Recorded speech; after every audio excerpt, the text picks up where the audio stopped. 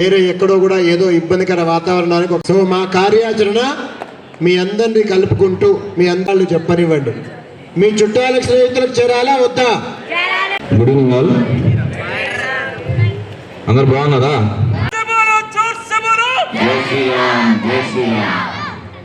So ఎంతమంది సిద్ధంగా ఉన్నారు ఇంటికి పోవడానికి? ఇంటికి పోవడానికి కడుపు నొప్పి అనుకోని వాడికి వాము కూడా వేసాం.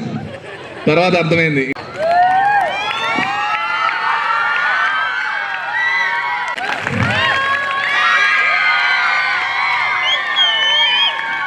ఈ కత్తి మీ గురించి, మీకే బహుమతి ప్రసాదం. అది వెంట తీసుకెళ్తా ఉండాలి. ఎక్కడికి వెళ్ళా మీరు ఉండాలి ఒకటి. దాన్ని చూస్తే కనీసం కొంతమంది భయపడతారు. జై శ్రీరామ్ తీయండి చక్కగా గట్టిగా. జై శ్రీరామ్, జై శ్రీరామ్.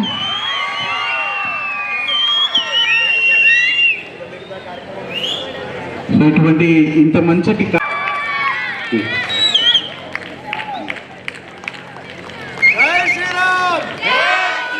రాజధారావు గారిని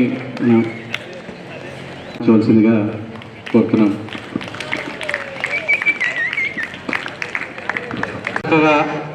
ఇన్ని నైపుణ్యాలు నేర్పిన మన దేవేందర్ సింగ్ గారిని సన్మానించు. ఇక్కడ ఎంత ఎంజాయ్ చేస్తున్నాం అనేది చాలా ప్లాన్డ్గా.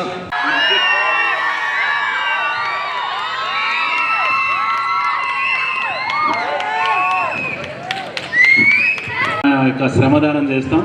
అలాగే ఆ ఒక అత్తగారింటికి వెళ్ళిన తర్వాత ఆ ఊర్లో నన్ను వాళ్ళని ఎదుర్కొనే శక్తి నా దగ్గర లేదని మంచి పదవిలో ఉన్నారు, సైన్యంలో ఉన్నారు, లేదా ఇంకో దాంట్లో ఉన్నారు. శివుణ్ణి పూజిస్తే పుట్టిందే జరగకుండా ఉండాలని చెప్పి 365 రోజులు ఈరోజు కనీసం బొట్టు పెట్టుకోవడం కాదు కదా, మనమెవరో, మన గతి ఏందో, మన చరిత్ర ఏందో, మన పూర్వీకులు ఎవరో తెలియని పరిస్థితి అయిపోయింది. ఆ శివాజీ మహారాజ్ని కన్న ఆ తల్లి జీజాబాయి, ఆ శివాజీ పుట్టకపోతే ఈ గడ్డ మీద. దాదాపు 10 రోజులుగా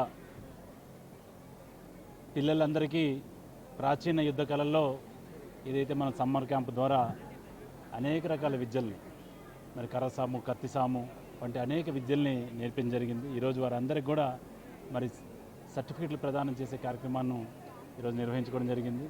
పిల్లలందరూ కూడా చాలా ఉత్సాహంగా ప్రదర్శన చేసి ఎన్నో నెలలుగా ఈ యొక్క శిక్షణ పొందిన విధంగా వాళ్ళ యొక్క ప్రదర్శన చూస్తే మైమరిపోయే పరిస్థితి వచ్చింది. ఈరోజు ఆడపిల్లల్ని వాళ్ళు చేసే కత్తి యుద్ధం చూస్తే, కత్తి సాము చూస్తే నిజంగా భవానీ మాతలు మళ్ళా పుట్టారనిపిస్తుంది.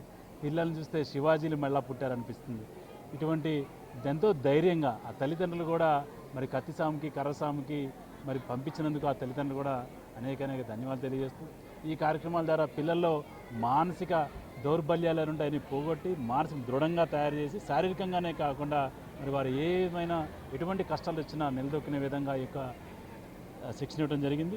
వీరందరికీ కూడా మరి అనేక మంది దీనికి సహకరించడం ధన్యవాదాలు తెలియజేస్తూ, ఇదే విధంగా ఈ యొక్క వివేకానంద ట్రస్ట్, అదేవిధంగా ఆత్మారాం గురూజీకి, ఈ యొక్క శిక్షణ ఇచ్చిన మరి దేవేందర్జీ గురువు గారికి, అదేవిధంగా రామకృష్ణ విద్యాలయం టీంకి, స్టాఫ్కి, అదేవిధంగా వాలంటీర్స్ అందరూ కూడా ధన్యవాదాలు తెలియజేస్తూ, భారత్ మాతాకి జై. భారత్ మాతాకి జై. ఛత్రపతి శివాజీ గురువైన సమర్థ రామదాస స్వామి వారు 1100 ఆంజనేయ స్వామి దేవాలయాలు స్థాపించి దాని పక్కనే వ్యాయామశాల ఉండాలి అని, ఆ కాలంలో యువకులు శస్త్రాస్త్రాలు నేర్చుకోవాలి, యుద్ధ విద్య నేర్చుకోవాలి, కర్రసాము, కత్తిసాము, అలాగే మీరు కబడ్డీ అలాంటివి, తర్వాత కుస్తీ పోటీలు దృఢంగా ఉండాలి. ఏదైతే శత్రుబాధ ఉందో అది బయట దేశం నుంచి కానివ్వండి, అంతర్గతంగా కానివ్వండి, వాటిని ఎదుర్కొనే అవకాశంలో యువత ధైర్యంగా ఉండాలి. ఈ మధ్య సెల్ ఫోన్ల పుణ్యమా అని, క్రికెట్ మ్యాచ్లు, సినిమాల పుణ్యమా అని యువత నిర్వీర్యమవుతున్న నిస్సందేహంగా.